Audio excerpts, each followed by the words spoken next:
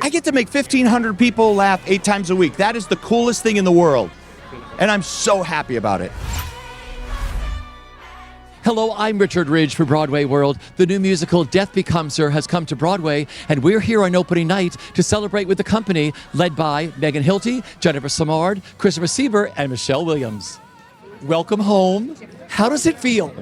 It feels correct. I feel very comfortable in my skin and really ready for this beautiful opportunity that I've been gifted. What's made this so special? You worked on some incredible shows, but what about this one is so special? I knew from the first reading that it was really a winner. If I may say so, if I may be as bold to say this, I feel like we're a female-led producers. It just feels so right. We have the best creative team in the business, and it's an honor to say these words by Marco Panett and to sing this music by Julia and Noel, and it's just and to have this directing team and this leadership by Universal. Sharing the stage with Megan. Let's start with that. Yeah. Every time I talk to any one of my friends who've seen it, they comment on our incredible chemistry, and I couldn't agree more. And I'm happy to report that that is backstage as well. We've become very good friends. We always have each other's back. We talk, we listen, we're generous. There's no competition, there's no room for that. We pride ourselves on being gals, and I think the audience senses that. Laughter is my favorite elixir keeps me young.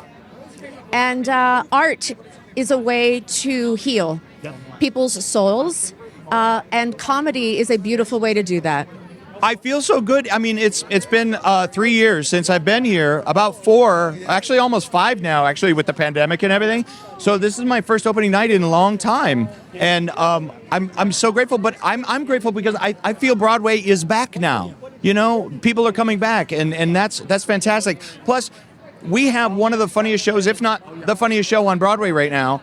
And I get to play with 2 of the most powerful musical comedy stars ever, and I get to watch it every night. I mean, I'm more than grateful. And also, I get to make 1,500 people laugh 8 times a week. That is the coolest thing in the world, and I'm so happy about it. But it must feel so great from the second you must hear the roar of the crowd before you even start the show. Yeah, when you hear that, even when your lights go to half and the audience goes crazy, it's like the coolest feeling because you know you're doing something right. Yeah.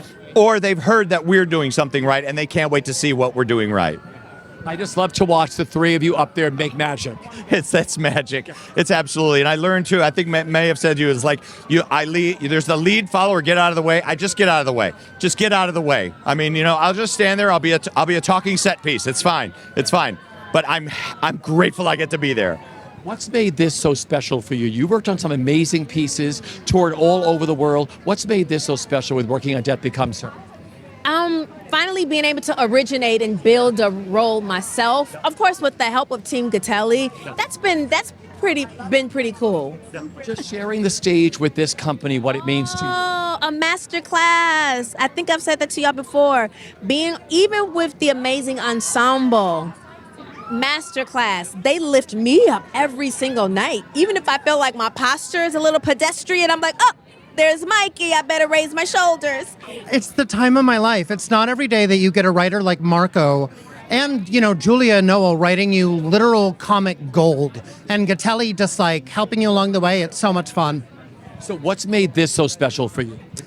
Really, part of it is being back with Megan. We did Wicked 18 years ago. Being back with Chris, who was, one of my besties at prom, and getting to just have this experience, getting to be with Jen again.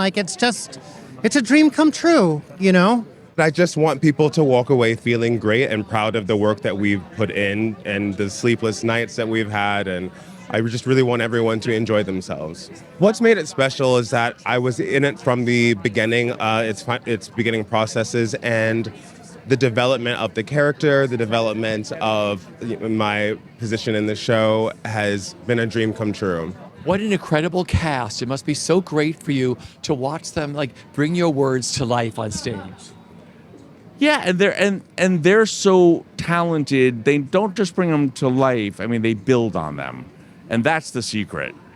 So I know some actors that get a laugh with hello, That's what these guys do. So they made me look good, and I credit them.